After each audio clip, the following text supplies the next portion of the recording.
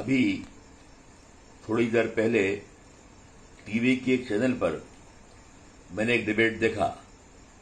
جس میں R S S سے تعلق رکھنے والے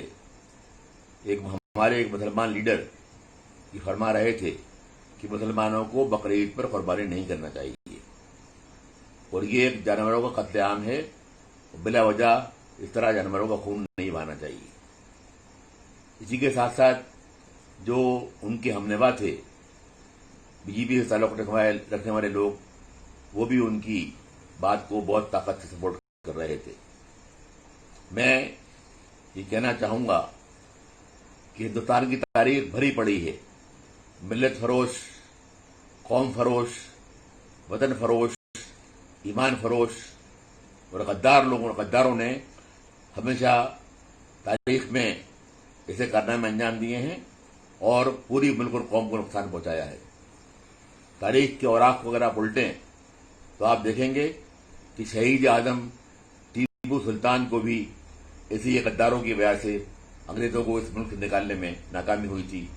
اور جنگ ہارنا پڑی تھی۔ اسی طرح آپ دیکھیں گے کہ مجاہد اعظم نواب سراج الدولہ کو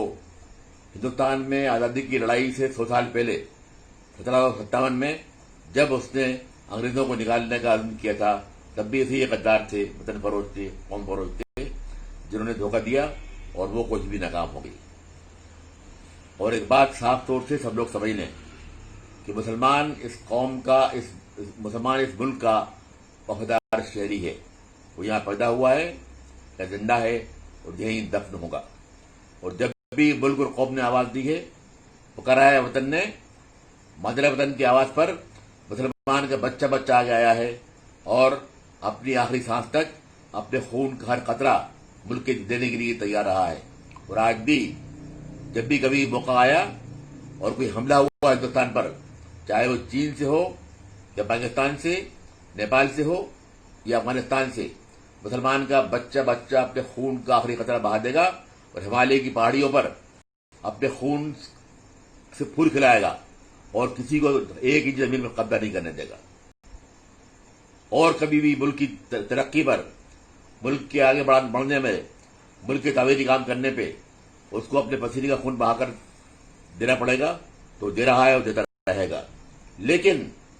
میں یہ وارننگ دے رہا ہوں ایسے غداروں کو اور قوم فروشوں کو، وطن فروشوں کو، ایمان فروشوں کو، ملت فروشوں کو، جو اپنے آپ کو مسلمان تو کہتے ہیں، اور ان کے ساتھ ان کو سپورٹ کرنے والے باقی لوگوں کو، کہ مسلمان کچھ بھی کر سکتا ہے ملک کے لیے، لیکن اگر کسی نے، چاہے وہ پرائم منسٹر ہوں یا ہوم منسٹر ہوں یا بھارت سرکار ہو یا بی جے پی کے لیڈر ہوں یا اور لوگ کہیں ہوں، اگر مسلمانوں کے مذہبی عقائد میں، ان کی مذہبی رسوم میں، ان کی ہماری ٹریڈیشنز میں، کنونشنز میں، آداب میں اگر کسی قسم کا خلل ڈالنے کی کوشش کی تو مسلمان برداشت نہیں کرے گا اس کو۔